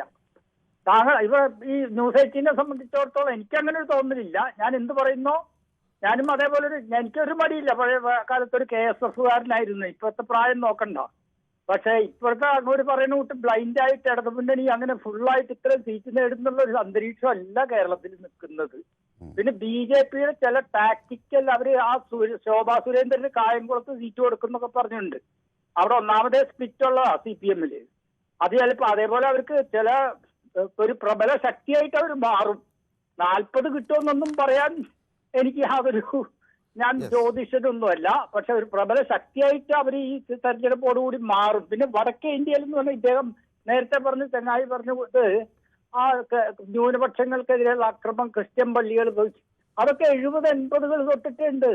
നമ്മുടെ നെഹ്റുവിന് കൊണ്ടുവരാമായിരുന്നില്ലേ ഒരു റൂള്? ക്രിസ്ത്യൻ സ്ഥാപനങ്ങൾ, സിഖ് ന്യൂനപക്ഷ സ്ഥാപനങ്ങളെയൊക്കെ സംരക്ഷിക്കണമെങ്കിൽ ഇതാ ഒരു ബില്ല് എന്ന് പറഞ്ഞിട്ട്. ആ റാണി മറിയ എന്നൊക്കെ പറഞ്ഞ് അവര് രക്തസാക്ഷിയായത് ഇവിടെ ഇൻഡോറിലെ ഉദയനഗറിൽ. അന്നൊന്നും മോഡി എന്ന് പറഞ്ഞ ആൾ ഗുജറാത്തിൽ ചീഫ് മിനിസ്റ്റർ ആയിരിക്കുന്നു. കേന്ദ്ര ഇത് ഇവരെടുത്തിരിക്കുന്ന സമയമാണ്. അതുകൊണ്ട് അതൊക്കെ ഉണ്ടാവും. അതിപ്പം അത് മാത്രം വെച്ചോണ്ട് BJP അവിടെ എല്ലാവരും കൂടി തോൽപ്പിക്കുന്നൊന്നും പറഞ്ഞ ഞങ്ങളൊന്നും അത് വിശ്വസിക്കാൻ തയ്യാറല്ല. ഞാനിത് അടുത്തൊരു വിജയൻ എന്നൊരു പ്രേക്ഷകൻ, ഞങ്ങളുടെ സ്ഥിരം പ്രേക്ഷകൻ കൊല്ലത്തുന്നുണ്ട്. ശ്രീ വിജയൻ, ഞാൻ ഈ ഒരു രാഷ്ട്രീയ പാർട്ടിയുടെ കുഴലൂത്തുകാരനാണെന്ന് ശ്രീ വിജയന് തോന്നിയിട്ടുണ്ട്? തുറന്നു പറഞ്ഞോട്ടെ, ഉണ്ടെങ്കിൽ ഞാൻ സമ്മതിക്കാം. അല്ലാതെ അറിയാൻ വേണ്ടി ചോദിച്ചതാ. അത് ഈ ക്രിസ്റ്റഫറിന് മാത്രമുള്ള ഒരു ഇടപാടാണോ എന്ന് അറിയാൻ വേണ്ടി. നമസ്കാരം. സാറേ, എനിക്ക് അങ്ങനെ ഇതേവരെ തോന്നിയിട്ടില്ല. സാറൊരു നിഷ്പക്ഷനാണെന്ന് തന്നെ ഞാൻ തീർത്ത് പറയുന്നു. അതിനെ ആര് പറഞ്ഞാലും ഞാനോട്ട് വിശ്വസിക്കത്തുമില്ല. എനിക്ക് പറയാനുള്ളത് 40 സീറ്റല്ല, അതുക്കും മേലെയാ. ശരി, വ്യക്തമാണ് താങ്കളുടെ അഭിപ്രായം. ശ്രീമതി ജയ എന്നൊരു സ്ത്രീ പ്രേക്ഷക കൂടി നമുക്കൊപ്പം ചേരുന്നുണ്ട്. ശ്രീമതി ജയ, ഈ ക്രിസ്റ്റഫർ അദ്ദേഹം ഫോൺ തുടരുന്നുണ്ടെന്നാണ് ഞാൻ വിചാരിക്കുന്നത്. ഞാൻ ഇങ്ങനെ എല്ലാ ദിവസവും വന്ന് BJPക്ക് അനുകൂല വാർത്ത പടച്ചുവിടുന്ന ഒരാളാണ് എന്ന് ശ്രീ ക്രിസ്റ്റഫർ പറയുന്നതിനോട് ശ്രീമതി ജയ യോജിക്കുന്നു. ശ്രീമതി ജയ കോൺഗ്രസ് ആണെന്ന്. നമസ്കാരം. മനു, ഞാൻ വിചാരിക്കുന്നത് ഞാൻ കോൺഗ്രസിന് അനുഭാവിയായിട്ട് മനു എന്റെ ഭാഗം നിൽക്കുമെന്നാണ് ഞാൻ കരുതിയിരുന്നത്. പിന്നെ നമ്മുടെ വിഷയത്തിൽ വന്നാല് 30 സീറ്റ് കിട്ടുവാണെങ്കിൽ കേരളം ഭരിക്കുമെന്ന് പറഞ്ഞ ഒരു പ്രസിഡന്റ് ഉള്ള പാർട്ടിയാണ് BJP. അവരിതും പറയും, ഇതിനപ്പുറവും പറയും. ഇതൊന്നും നമ്മൾ മൈൻഡ് ചെയ്യാൻ പോണ്ട. കേരളത്തിലൊന്നും ഒരു സീറ്റ് പോലും കിട്ടാൻ ഒരു സാധ്യതയും ഇവരുടെ ഈ അഹംഭാവം കൊണ്ട് കാണുന്നില്ല, എനിക്ക് തോന്നുന്നില്ല. മനു വിഷമിക്കണ്ട. ക്രിസ്റ്റഫർ കൊല്ലത്തൂന്ന് വിളിച്ച് ഇങ്ങനെയൊക്കെ പറഞ്ഞത് കൊണ്ട് ഞങ്ങൾ കൊല്ലക്കാരെല്ലാരും അങ്ങനല്ല കേട്ടോ. മനുവിനെ പറ്റി ഞങ്ങൾക്കൊക്കെ നല്ല അഭിപ്രായമാണുള്ളത് കേട്ടോ Manu. Thank you so much. അപ്പോൾ നമ്മുടെ പൊതുവേദിയുടെ ഒരു കരുത്ത് ക്രിസ്റ്റഫറിന് ഇപ്പോൾ പിടികിട്ടി കാണുമെന്നാണ് ഞാൻ വിചാരിക്കുന്നത്. ഞാൻ ഇനി കൂടുതൽ ആളുകളിലേക്ക് പോകാൻ ഇനിയുണ്ട്. സൂപ്പി വെള്ളമുണ്ട നമ്മുടെ സ്ഥിരം പൊതുവേദി പ്രേക്ഷകരാണ്. അവിടെ ഇരിക്കട്ടെ, ഞാൻ സൂപ്പിയിലേക്ക് വരാം കേട്ടോ. സൂപ്പി ഈ അതിൻ്റെ ഇടയിൽ യൂട്യൂബുകാരെയൊക്കെ വിട്ടുപോയി. അമ്പാടി നമ്മുടെ തന്ത്രി വീട്ടിൽ സന്ദീപ് എന്തിനു പോയി എന്ന് പറയാമോ എന്നാണ് ചോദിച്ചത്. അപ്പോൾ അത് ഞങ്ങൾ ചോദിച്ചു കേട്ടോ, സന്ദീപിനോട് ചോദിച്ചു എന്തിനാണ് പോയെന്ന്. ഇപ്പോൾ പിന്തുണ അർപ്പിക്കാൻ ആണ് പോയെന്നാണ് പറഞ്ഞത്. ഓക്കെ. അപ്പോൾ ശ്രീദേവി എന്നോട് പറയുന്നു ഗുഡ് ഈവനിങ് സാർ എന്ന് പറയുന്നു. ശശിധരൻ പിള്ള പറയുന്നു നമസ്കാരം മനു എന്ന് പറയുന്നു. ഓക്കെ, നമസ്കാരം. കിഷോർ കോന്നി എന്നോടൊപ്പം ചേർന്നിട്ടുണ്ട്. അപ്പോൾ അരുന്ധതി കോലംപറമ്പത്ത് എന്നോടൊപ്പം ചേർന്ന് നമസ്കാരം എന്ന് പറയുന്നത് എനിക്ക് 2 ചുവന്ന ഹൃദയങ്ങളൊക്കെ അയച്ചിട്ടുണ്ട്. ഒരുപക്ഷെ ഈ തർക്കം നടക്കുന്നത് കണ്ടുകൊണ്ടായിരിക്കാം, പിന്തുണയായിരിക്കാം. ഏതായാലും വളരെ നന്ദി. ശ്രീദേവി എന്നോട് പറയുന്നു ക്ഷേത്ര സ്വത്തുക്കൾ രാഷ്ട്രീയക്കാർ ആരെയും ഏൽപ്പിക്കരുത്, ഹൈക്കോടതിയുടെ അധീനതയിൽ ആയിരിക്കണം എന്ന് പറയുന്നു. മുകേഷിന് സീറ്റ് കൊടുക്കണം, അപ്പോൾ ഇരട്ടത്താപ്പ് മനസ്സിലാകും എന്ന് പറയുന്നു. ഒക്കെ അപ്പം മെഴുകുതിരി ചിഹ്നം കൊടുക്കണം മുകേഷിന് എന്ന് പ്രമോദ് എന്നാണ് പറയുന്നു. ക്രിസ്റ്റഫറിനെ പിന്തുണയ്ക്കാതെ എന്നെ പിന്തുണയ്ക്കുകയാണ് അമ്പാടി. ഓക്കെ, അമ്പാടി എനിക്ക് 2-3 ചുവന്ന ഹൃദയങ്ങളൊക്കെ അയക്കുന്നത്. ഞാൻ വ്യക്തിപരമായി ഇങ്ങനെ ആർക്ക് മേൽക്കൈ എന്നുള്ള ചോദ്യമല്ല, എങ്കിലും ഞാൻ അതൊന്ന് പറഞ്ഞെന്ന് മാത്രമേ ഉള്ളൂ. ശ്രീദേവി എനിക്കൊപ്പം നിൽക്കുന്നു, കറക്റ്റ് എന്ന് പറഞ്ഞ് തമ്പിടുന്നു. ഓക്കെ, പ്രശാന്ത് CM എനിക്ക് പിന്തുണ നൽകുന്നു, മറുപടി സൂപ്പർ മനു എന്നൊക്കെ എന്നോട് ശ്രീദേവി പറയുന്നു. ഓക്കെ, നന്ദകുമാറും എനിക്ക് പിന്തുണ നൽകുന്നു. ഓക്കെ, തംസപ്പ് ഇടുന്നു. അപ്പോൾ പിണറായും ചെന്നിത്തലയും കേക്കച്ചനും ചേർന്ന ടീമാണ് രാഹുലിൻ്റെ തേൻകെണികൾ വെച്ച് കുടിക്കുന്നതെന്ന് ബിജോയ്. ഓക്കെ, ശ്രീദേവി എനിക്ക് പിന്തുണ നൽകുന്നത്. സുജാത എനിക്ക് ഒരു പൂവും ഒരു ചുവന്ന ഹൃദയവും അയക്കുന്നുണ്ട്. അപ്പോൾ ശുഭസായാഹ്നം ക്രിസ്റ്റഫർ, മനുവിന് ബിഗ് സല്യൂട്ട്, പൊതുവേദി പൊതുജനങ്ങളുടേതാണ് എന്ന് പറയുന്നു. ഓക്കെ, അപ്പോൾ സെബീന പറയുന്നു at present it is like building castles in air but few years later definitely it will happen എന്ന് സെഫീന പറയുന്നു. കേരളത്തിൽ BJPയുടെ മുന്നേറ്റം ഒരു യാഥാർത്ഥ്യമാണ്, വസ്തുതയാണ്, പലർക്കും അത് അംഗീകരിക്കാൻ സാധിക്കുന്നില്ല എന്ന് ശിവജി എന്നോട് പറയുന്നു. അങ്ങനെ അപ്പോൾ VC തോമസിന് പക്ഷേ അപ്പോൾ ഇതിൻ്റെ ഇടയിൽ ഞാൻ മറ്റേ എന്നെ എതിർത്ത ആളുകൾ കൂടി പിന്തുണയുണ്ടോ എന്ന് ഞാൻ തിരയുകയാണ് കേട്ടോ. അപ്പം മനുവിന് പൊള്ളി എന്ന് പറഞ്ഞൊരു മനോരഞ്ജൻ പറയുന്നു. അയാൾ ഒരു ചാനൽ നിഷ്പക്ഷതയെക്കുറിച്ച് പറഞ്ഞു, ഇങ്ങനെ BP കൂട്ടണമെന്ന് പറഞ്ഞു. എനിക്ക് BP ഉണ്ടോ? ഓക്കെ, പൊള്ളിയിട്ടുണ്ടല്ലേ എന്ന്. അല്ല, ഇതിങ്ങനെ ഇത് വെറും പൊള്ളൽ മാത്രമല്ല മനോജ്. ഇതെന്താ സംഭവം എന്ന് വെച്ചാൽ, നിങ്ങൾക്ക് ഒരു സ്വതന്ത്ര മാധ്യമത്തെ എതിർക്കുക എന്നുള്ളത് അധികാര കേന്ദ്രീകരണം നടത്തുന്ന എല്ലാ രാഷ്ട്രീയ ശക്തികളുടെയും പൊതു സ്വഭാവമാണ്. അത് നമുക്ക് ഈ ഏകാധിപത്യ സ്വഭാവമുള്ള എല്ലാ ഭരണ സംവിധാനങ്ങളിലും നമുക്ക് കാണാൻ കഴിയും. അത് മാധ്യമങ്ങൾ, വിമർശനങ്ങൾ, വിരുദ്ധ ശബ്ദങ്ങൾ, ഇതിനോടുള്ള തികഞ്ഞ അസഹിഷ്ണുതയാണ്. അപ്പോൾ അതിന് മറുപടി, ഇപ്പോൾ ഒരു മാധ്യമം ഒരു തെറ്റായ വാർത്ത പ്രചരിപ്പിച്ചാൽ അതിനെതിരെ അവർക്കത് മറുപടി പറയാലോ. പക്ഷേ അതിനു പകരം അവരെ കാടടച്ച് കള്ളന്മാരാണ് എന്ന് പറഞ്ഞ് അത് വിശ്വസിക്കരുതെന്ന് പറഞ്ഞ് മാധ്യമങ്ങൾ വായിക്കരുതെന്ന് പറഞ്ഞ് പ്രചരിപ്പിക്കുന്ന രാഷ്ട്രീയ നയം ഏതൊക്കെ വൻകിട ഭരണാധികാരികളാണ് നടത്തിയിട്ടുള്ളത് എന്ന് ഓർത്താൽ നമുക്കത് മനസ്സിലാകും. അത് ഈ നാട്ടിലെ സാധാരണക്കാരായ മാധ്യമപ്രവർത്തകർ എത്രയോ പോരാടിയാണ് അവരുടെ അവകാശങ്ങൾക്ക് വേണ്ടി, അവരുടെ എഴുതാനും സ്വതന്ത്രമായി നിലകൊള്ളാനുമുള്ള അവകാശങ്ങൾക്ക് വേണ്ടിയുള്ള പോരാട്ടം നടത്തുന്നത്. അപ്പോൾ ആ പോരാട്ടങ്ങളിലേക്ക് തൃണവൽക്കരിച്ചുകൊണ്ട് ഒരാൾ ഇങ്ങനെ പറയുമ്പോൾ, പ്രത്യേകിച്ച് നമ്മുടെ പൊതുവേദിയെക്കുറിച്ച് പറയുമ്പോൾ, ഇതിലെത്രയോ രാഷ്ട്രീയ ചിന്താഗതികളുള്ള വ്യത്യസ്ത ധാരയിലുള്ള ആളുകൾ നമുക്കൊപ്പം വരാറുണ്ട്. ഇതിൽ എനിക്ക് പേര് പറഞ്ഞു തന്നെ വ്യത്യസ്ത രാഷ്ട്രീയ അഭിപ്രായമുള്ളവർ വരാറുണ്ട്. അപ്പോൾ ഇത് അങ്ങനെ ഒരു പരിപാടി അധിക്ഷേപിക്കുന്നത് ശരിയല്ല എന്നതുകൊണ്ടാണ് എനിക്ക് രോഷം വന്നത്, അത്രയേ ഉള്ളൂ. ഓക്കെ, കേരളത്തിൽ ക്രിസ്റ്റഫർ CPJ ആണെന്ന് പറയുന്നു. ഓക്കെ, അതൊക്കെ വെറുതെ പറയുന്നു. ഓക്കെ, ബട്ട് അപ്പോൾ VC തോമസ് പിന്നെ ഈ അഭിപ്രായത്തോട് ചെറിയ യോജിപ്പുണ്ട് എന്നാണ് ഞാൻ മനസ്സിലാക്കുന്നത്. ഓക്കെ, ബെർണാഡ് ചേർന്നിട്ടുണ്ട്. പിന്നെ ബെർണാഡ് നമുക്കൊപ്പം ചേർന്നിട്ടുണ്ട്. സുനിൽകുമാർ എന്നോടൊപ്പം ചേർന്നിട്ടുണ്ട്.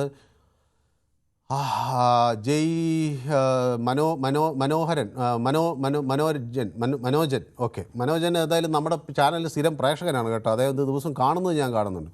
ഓക്കെ, അപ്പോൾ ഇന്ന് കേരളത്തിൽ വരുന്ന ഓരോ പ്രസ്ഥാനവും അത് BJP മാത്രമാണെന്ന് അശ്വിൻ കുമാർ പറയുന്നു.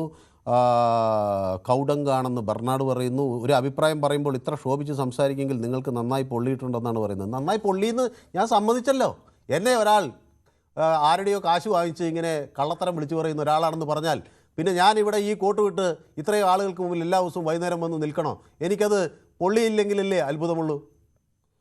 അപ്പോൾ മിനി ടീച്ചർ എന്നോടൊപ്പം ചേരുന്നുണ്ട്. Manu, good evening. വിളിച്ചിട്ട് കിട്ടുന്നില്ല, സുഖമായിരിക്കുന്നു എന്ന് ചോദിച്ചു. സുഖമായിരിക്കുന്നു ടീച്ചർ. അതുപോലെ എന്നോടൊപ്പം സതി ബാബുരാജ് എന്നോടൊപ്പം ചേർന്നിട്ടുണ്ട്. ഓക്കെ, നമ്മുടെ സ്ഥിരം പ്രേക്ഷകനാണ്. ശിവശങ്കർ എനിക്ക് പിന്തുണ തരുന്നുണ്ട്, കയ്യും തംസപ്പും കിട്ടുന്നു. Okay, thank you so much. Sheela Prasad ഉണ്ട്, പിന്നെ അമ്പാടി ഉണ്ട്. ഓക്കെ, സൂപ്പി വെള്ളമുണ്ടയിൽ നിന്ന് എന്നോടൊപ്പം ചേരും. സൂപ്പി കേൾക്കാമോ? ഈ അവകാശവാദങ്ങളിൽ സൂപ്പി എങ്ങനെയാണ് കാണുന്നത്? 20-40 ഇടങ്ങളിൽ വലിയ മത്സരം കാഴ്ചവെക്കും, 20 സീറ്റ് പിടിച്ചെടുക്കും എന്ന കേന്ദ്ര മന്ത്രി അമിത്ഷാ ഇവിടെ വന്ന് ഇത് പ്രഖ്യാപിക്കുമ്പോൾ, വിഷൻ 2026 പ്രഖ്യാപിക്കുമ്പോൾ അതിനെ കേരളം എങ്ങനെ നോക്കിക്കാണുമെന്നാണ് സൂപ്പി വെള്ളമുണ്ട കരുതുന്നത്? എന്റെ അഭിപ്രായത്തില് ഇത് മുമ്പും ഇങ്ങനെ നടത്തിയിട്ടുണ്ട് ഇങ്ങനെ പ്രഖ്യാപനമൊക്കെ ഞങ്ങൾക്ക് അത്ര കിട്ടും ഇത്ര കിട്ടുന്നൊക്കെ. ഞാൻ അതിന്റെ മുമ്പ് ഒരു ഇത് പറഞ്ഞോട്ടെ. നിങ്ങളെ പറ്റി ആരോ പറഞ്ഞിട്ട് നിങ്ങൾ രാഷ്ട്രീയപരമായിട്ട് ഇതാക്കുന്നത്. കാരണം ഞാൻ നിങ്ങൾ മാർക്സിസ്റ്റ് പാർട്ടി എതിർത്ത് തന്നെ നിങ്ങളത് പറയൂ അത് അങ്ങനെയല്ല ഇങ്ങനെയല്ലാന്ന് പറഞ്ഞു. അത് സാധാരണ തന്നെയാ പറയുന്നത്. പക്ഷെ നിങ്ങളൊരു രാഷ്ട്രീയ പാർട്ടിക്ക് അനുകൂലം അല്ലാതാണ് ഞാൻ ഇക്കാലം ഒരു കൊല്ലം 10-15 കൊല്ലം നിങ്ങളുമായിട്ട് സംസാരിക്കുന്നത്. എനിക്കിതുവരെ നിങ്ങൾ രാഷ്ട്രീയക്കാരനാണെന്നും മനസ്സിലായിട്ടില്ല. ഇനിയും അങ്ങനെ തന്നെയാണ് എന്റെ ഉദ്ദേശം. നിങ്ങൾ രാഷ്ട്രീയത്തിലേക്ക് അനുകൂലിച്ച് പറയൂല എന്ന് തന്നെയാണ്. യെസ്, താങ്ക് യു സൂപ്പി. വെള്ളമുണ്ട ഇതൊക്കെ എനിക്ക് ഓസ്കാർ പുരസ്കാരങ്ങൾ പോലെയാണ്. അപ്പൊ ഞാൻ എന്തുകൊണ്ടാണെന്ന് ഇപ്പൊ അങ്ങേക്ക് മനസ്സിലായില്ലേ? അത് മാത്രല്ല, നിങ്ങൾ വാർത്ത പറയുമ്പോ ഇപ്പൊ ഒരു അപകടം ഉണ്ടായി, ഒരു കാർ അപകടം എന്നൊക്കെ. അപ്പൊ വയനാട്ടിൽ നിന്ന് ഒരു നാസർ, അത് പോരാ, ഏതാ നാസർ എന്നുള്ള വ്യക്തമാണ്. ചില വാർത്തകൾ അങ്ങനെയാണ് പറയുന്നത്. നിങ്ങൾ മാത്രമല്ല, ഞാൻ ഇന്ന് രാവിലെ വാർത്ത കേട്ടു, വയനാട്ടിൽ നിന്ന് അപകടം ഉണ്ടായിട്ട് ഒരാൾ നാസർ ഒരു പേര് പറഞ്ഞിട്ടുണ്ട്. പേര് ഇന്ന് അഡ്രസ് പറയണം, ഏത് നാസറ ഇന്ന സ്ഥലം എന്നൊക്കെ പറയണം. വയനാട് മാത്രം, വയനാട് ഇടയ്ക്ക് ഉണ്ടല്ലോ. അപ്പൊ അത് വാർത്തകൾ വായിക്കാൻ പ്രത്യേകം അത് അപ്പൊ ഞാൻ അത് ചെയ്യാം. ശരി സൂപ്പി. അപ്പൊ എൻ്റെ ഒരു വളരെ വളരെ അടുത്തൊരു പ്രേക്ഷക ഇപ്പൊ നമുക്കൊപ്പം ചേരുന്നുണ്ട്, ശ്രീ റെജീന. റെജീന ഭയങ്കര തിരക്കിലായിരുന്നു, എത്രയോ ദിവസങ്ങളായി പൊതുവേദിയിലേക്ക് വിളിച്ചിട്ടല്ലേ? തെരഞ്ഞെടുപ്പിന്റെ ഒക്കെ തിരക്കിൽ പെട്ടുപോയോ? പ്രവർത്തനമൊക്കെ സജീവമായിരുന്നോ? എന്നിട്ട് എന്താ ഫലം, എന്താ സംഭവിച്ചത്? ഫലം ഞാനും മത്സരിച്ചു സാർ. അതെ, എനിക്കറിയാം, അതാ ഞാൻ ചോദിച്ചത്. അവിടെ ഞാൻ അയ്യപുരം വെസ്റ്റിലായിരുന്നു മത്സരിച്ചിട്ടുണ്ടായിരുന്നത്. അപ്പൊ അവിടെ അറിയാലോ, BJP-യുടെ കോട്ടയുടെ ഉള്ളിലാണ്. അവിടെ അല്ല, അവർക്കിപ്പോ അവര് പ്രതീക്ഷിച്ച വോട്ടൊക്കെ കിട്ടി. അവർക്ക് 933 വോട്ടിന്റെ ഭൂരിപക്ഷം അവർക്ക് കിട്ടി. ഞാൻ അവിടെ എന്റെ വാർഡ് അല്ലാഞ്ഞിട്ടും ഞാൻ 401 വോട്ട് അവിടെ പിടിച്ചു. പക്ഷെ ഈ വാർഡ് വലുതായതുകൊണ്ട് ഇങ്ങോട്ട് വന്നതാണ് അല്ലേ?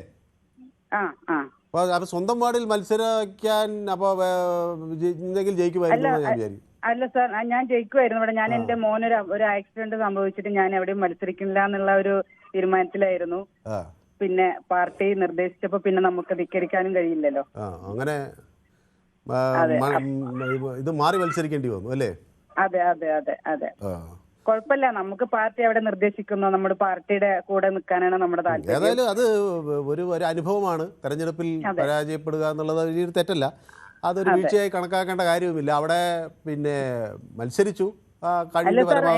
എന്നെ അറിയാഞ്ഞിട്ട് ഞാൻ അവിടുത്തെ ആളുകൾക്ക് ഒരു പരിചയമില്ല. എനിക്ക് അവരെ അറിയില്ല, അവർക്ക് എന്നെ അറിയില്ല. പക്ഷെ എന്നിട്ട് 400 പേര് എന്റെ കൂടെ ഉണ്ടായല്ലോ, കൂടെ നിന്നല്ലോ. അതെനിക്ക് കൂടുതൽ സന്തോഷം ഉണ്ടാക്കി. എന്റെ കൂടെ അവരുണ്ടല്ലോ എന്നുള്ള 400 പേർ ഏത് ഉറക്കത്തിലും തന്നോടൊപ്പം ഉണ്ടെന്നുള്ള ഒരു ആത്മധൈര്യം ഒരു പൊതുപ്രവർത്തകന് വളരെ സന്തോഷം പകരുന്നതാണ് അല്ലേ?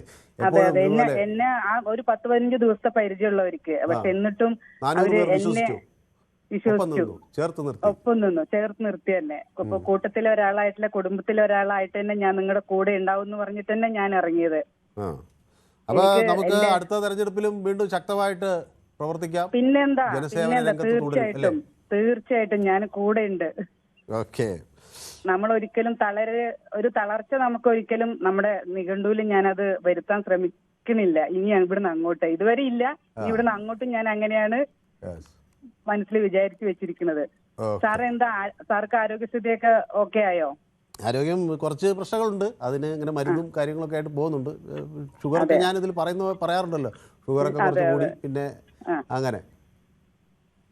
എന്നാലും ഇപ്പൊ കാണുമ്പോ പ്രശ്നങ്ങളൊന്നും ഇല്ലാന്നാണ് എനിക്ക് തോന്നുന്നത്. ഇപ്പൊ പ്രശ്നങ്ങളില്ല. അതെ, നല്ല ഗാംഭീര്യം. ആദ്യ നിലപാടിനോട് ഞാൻ ഒരു ബിഗ് സല്യൂട്ട്. കടിച്ചവിടെ നമ്മൾ തുടക്കണം. ഉരുളക്കുപ്പേരി നമ്മള് പാലക്കാടൻ ഭാഷയിൽ എന്തൊക്കെ പറയാൻ പറ്റും?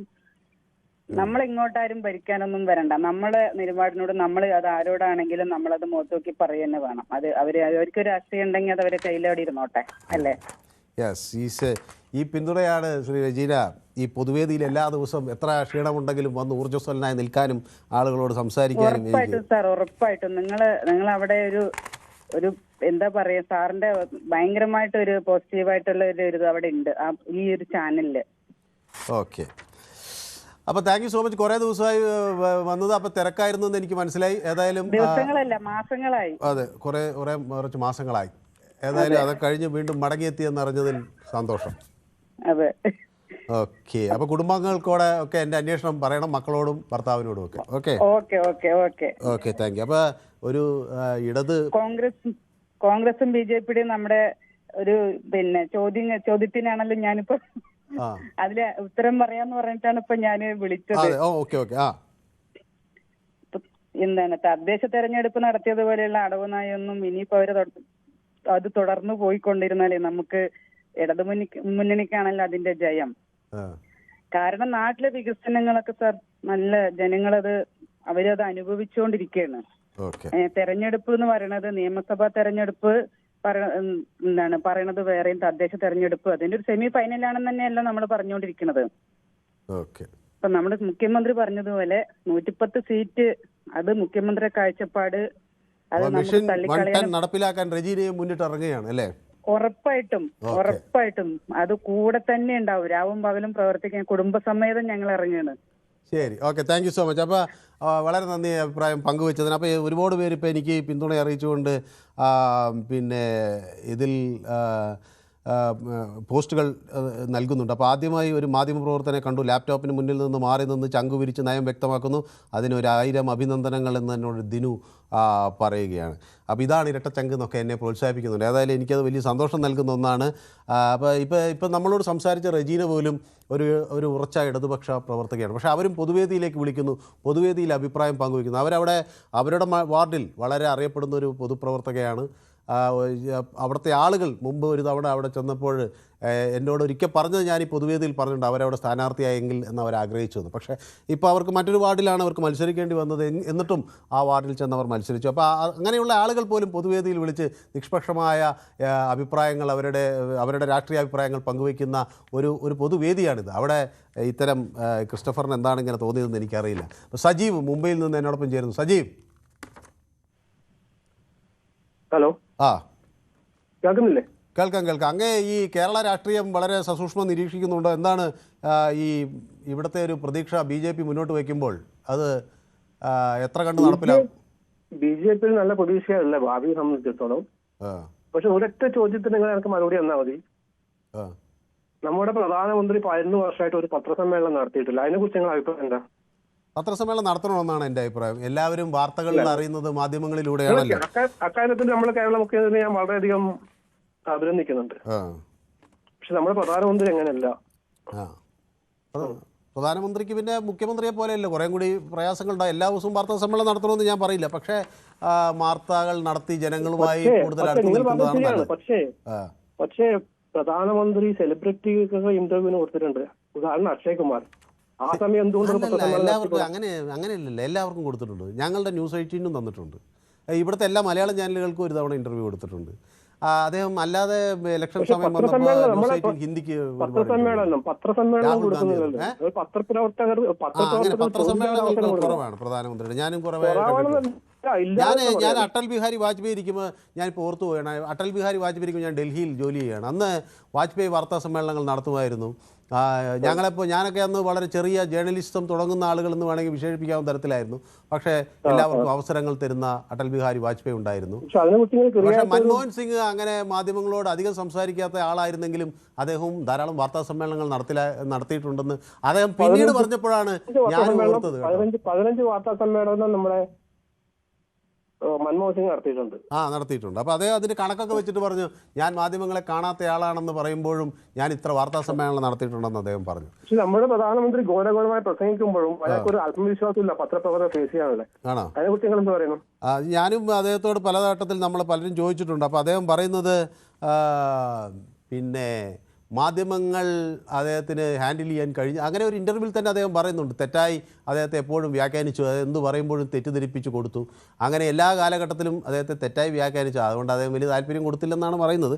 ഏതായാലും അതല്ല, ഇപ്പോൾ മാധ്യമങ്ങളുടെ വിമർശനങ്ങളൊക്കെ കേൾക്കാൻ എല്ലാ രാഷ്ട്രീയ നേതാക്കളും തയ്യാറാകുന്നൊരു രാജ്യത്താണ് നമ്മൾ ഉണ്ടാകുന്നത്. അതുകൊണ്ട് നല്ലതാണ് അദ്ദേഹം വാർത്താ സമ്മേളനങ്ങൾ നടത്തണം എന്നാണ്.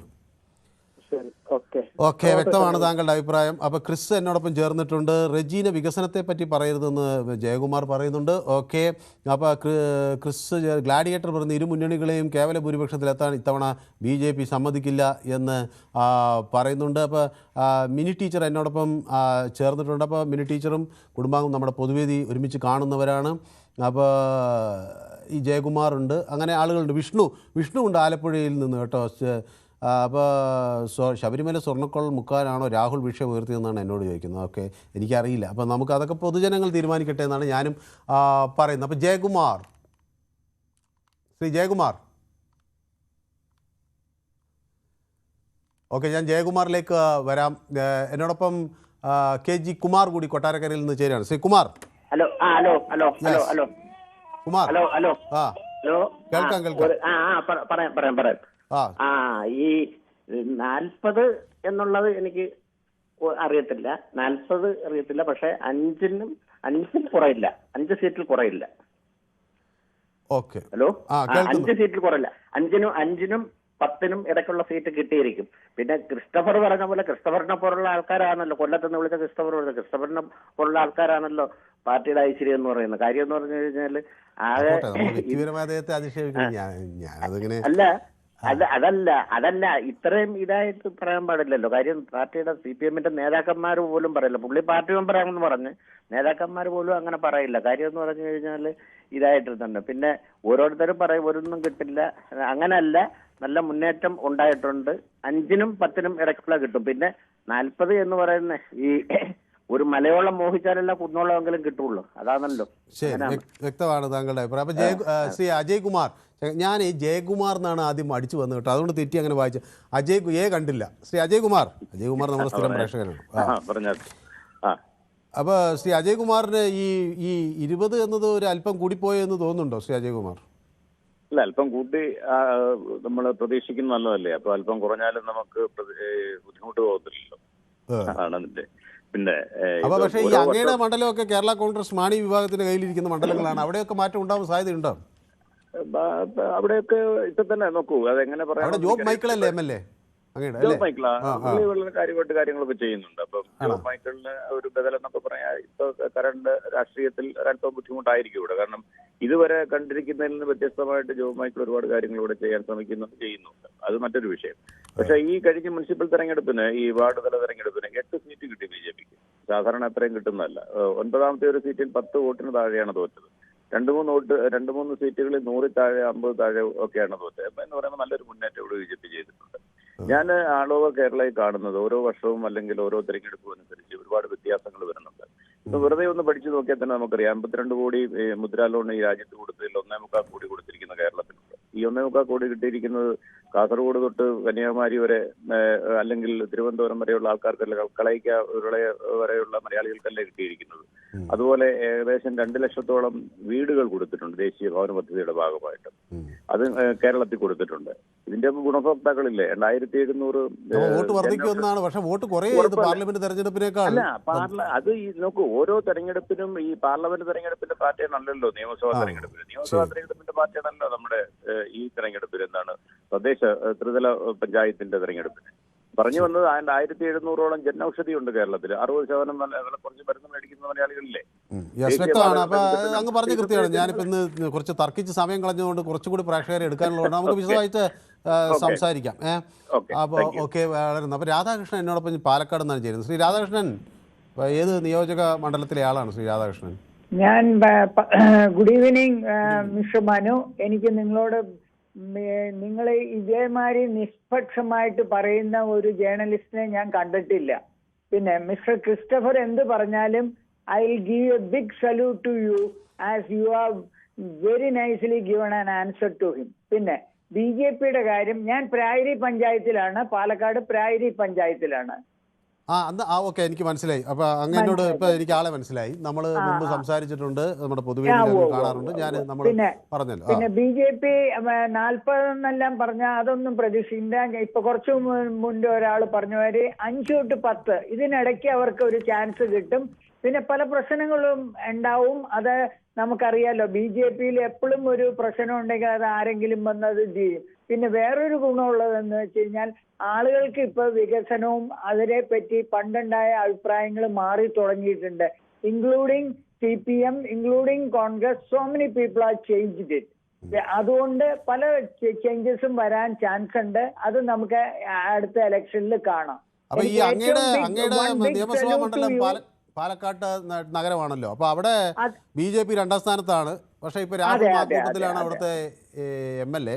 പക്ഷേ അത് ആ രാഷ്ട്രീയ സാഹചര്യം എന്ത് സംഭവിക്കുമെന്നാണ് അങ്ങ് മനസ്സിലാക്കുന്നത് കോൺഗ്രസിന്?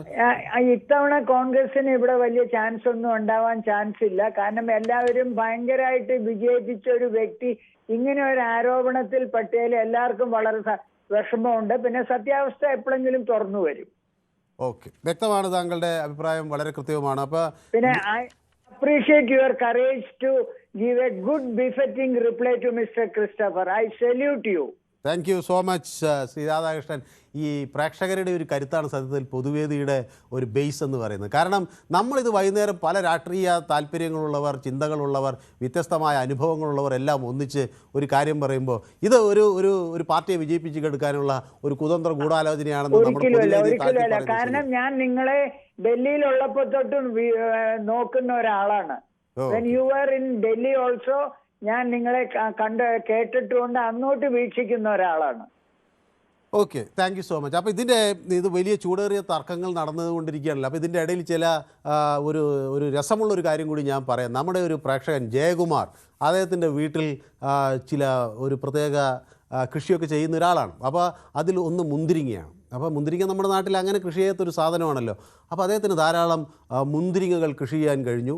ആ മുന്തിരിങ്ങകൾ കൃഷി ചെയ്തതിൻ്റെ ദൃശ്യങ്ങൾ എനിക്ക് അയച്ചു തരികയും ചെയ്തു. അപ്പോൾ അത് ഞാൻ ഈ പ്രേക്ഷകർക്ക് 1 മിനിറ്റ് അതൊന്ന് കാണിച്ചിട്ട് ഞാൻ അതിലേക്ക് മടങ്ങി.